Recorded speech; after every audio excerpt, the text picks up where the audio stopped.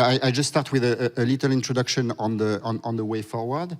So now you know by heart this system. I think in this General Assembly, we've covered most of the new blocks, some of the existing continuity. As I said in the introduction, I skipped a few elements, but they will be covered. They will be covered later. So now it's to show you a little bit of the bigger picture where we are in terms of time, and actually you will recognize some elements that were presented in some of the presentation.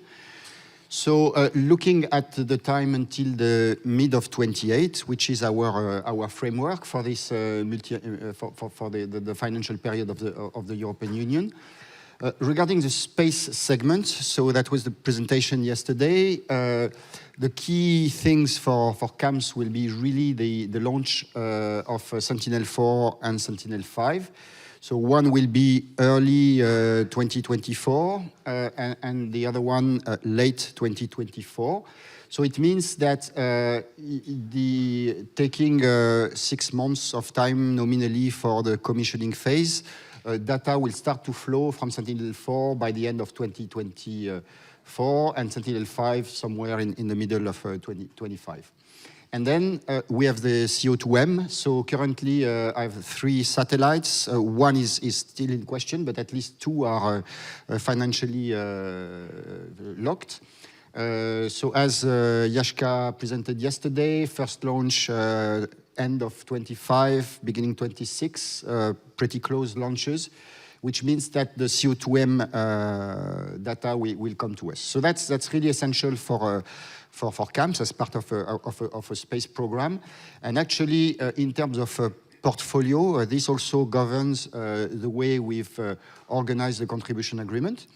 So now we are in a phase where we are serving what we call the initial portfolio. So that's, I would say, the legacy portfolio of the previous phase of CAMS. So all the products are continued, expanded marginally through the user interactions, but there will be a bigger bang towards the end, 2025, where these products will start to become available.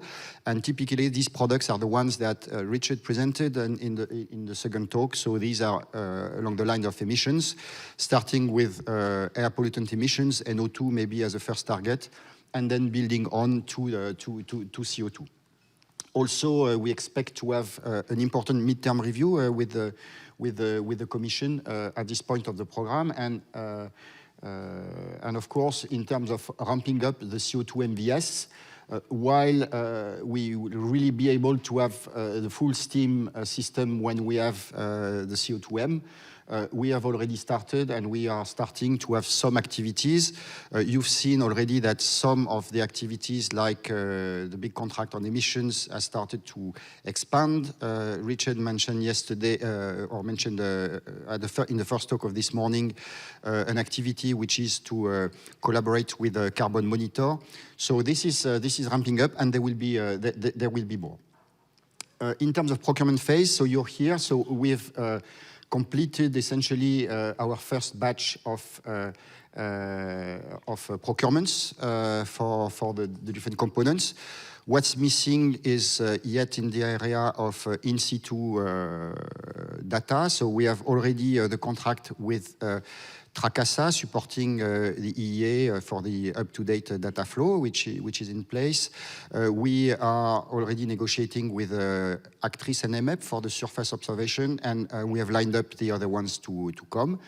And the rest will be really in the area of the emissions, and in particular through a new evaluation and quality control program. So beside the 82, 83 that Henk and Michael presented, there will be one focusing on the emissions and on the fluxes, which will start probably later this year or beginning of next year. So that's the first batch. So most of the contracts will end toward the end of 24, and then we'll have, as we had in the previous phase, another phase of contracts to take us until mid 28. Other elements that we have in sight, of course, for us, we have this deployment in Bonn. So you see where we are. So we have started. For all the colleagues, there is a big deadline because it's in the space regulation by the end of 2023 to have the majority of people based here in Bonn. And so this is ongoing. It will not be 100%, so there will be still a balance, but the big majority will be here in Bonn. And our next milestone will be sometime in 26, maybe later in 26 actually, the move to a new building, which will be very close to here. It's just a few 100 meters, but it needs to be built. For now, there's no building, so we'll see. And yeah. And finally, what I wanted to discuss in this short presentation is something that is extremely important for CAMS 2 and was not really existing in CAMS 1, was to have a research project that directly support the evolution of the program. So the first one that is in place is COCO2, so it has been mentioned quite a number of times. So that's about developing the CO2 MVS. COCO2 follows actually two other projects, one called H and one called Verify, and it is building up. What we have now in front of us is service evolution projects. So one batch, I have more detail on a slide, was already out. Proposals have been sent, and we expect to see the outcome. And we know that the Commission intends to launch pretty soon some new service evolution project, which are really important because I think these days you've seen that, yeah, we are very close to research. We need research, and without these, actually, we would probably have problems to keep our services at the forefront. So for the first phase of CAMS, because we had so many years of research and development, it was okay, but now I think that these service evolution projects are really important. So just for those of you who don't know about these, so there have been one call about typically the historical part of CAMS. The call was asking for preparing for the exploitation of new types of observation. So of course, Sentinel-4 and Sentinel-5 being very prominent. An element also of developing of data assimilation and inversion methods.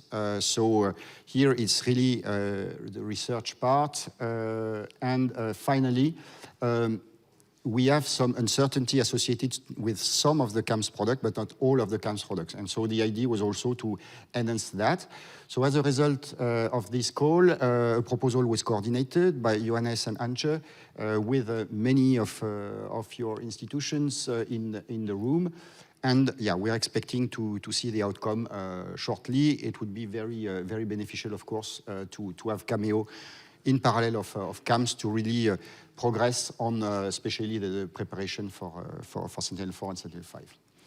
There was another call linked to the CO2 MVS, and there Richard coordinated a proposal which is called Corso, and the scope of Corso it has a few objectives. The first one is to use optimally co-emitted species with CO2, and I think Richard hinted to that in his presentation yesterday. Something very important which links to the observation is to look at the added value of high temporal resolution of in situ carbon isotope and APO observations, so trying to disentangle the natural and the fossil fuel parts of CO2. And then something that builds also in what is done in CAMS, but taking it to the next level, which is to use satellite observation of soil moisture, LAI, SIF, and biomass into the system. The end game, and what we want to do is really to help with the delineation or the separation of the impact of fossil fuel and biospheric fluxes. So we don't know the outcome.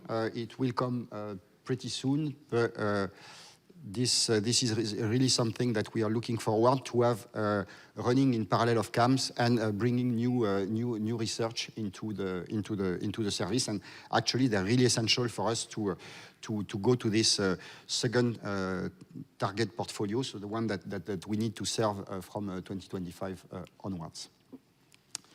So that's what we have in front of us. Now transitioning to the intervention that we will have. I pasted again this slide that I showed on yesterday. Yes, the policy context in which CAMS operate and all the Copernicus services operate is becoming richer, which is very good. As Hugo mentioned, there are lots of expectation.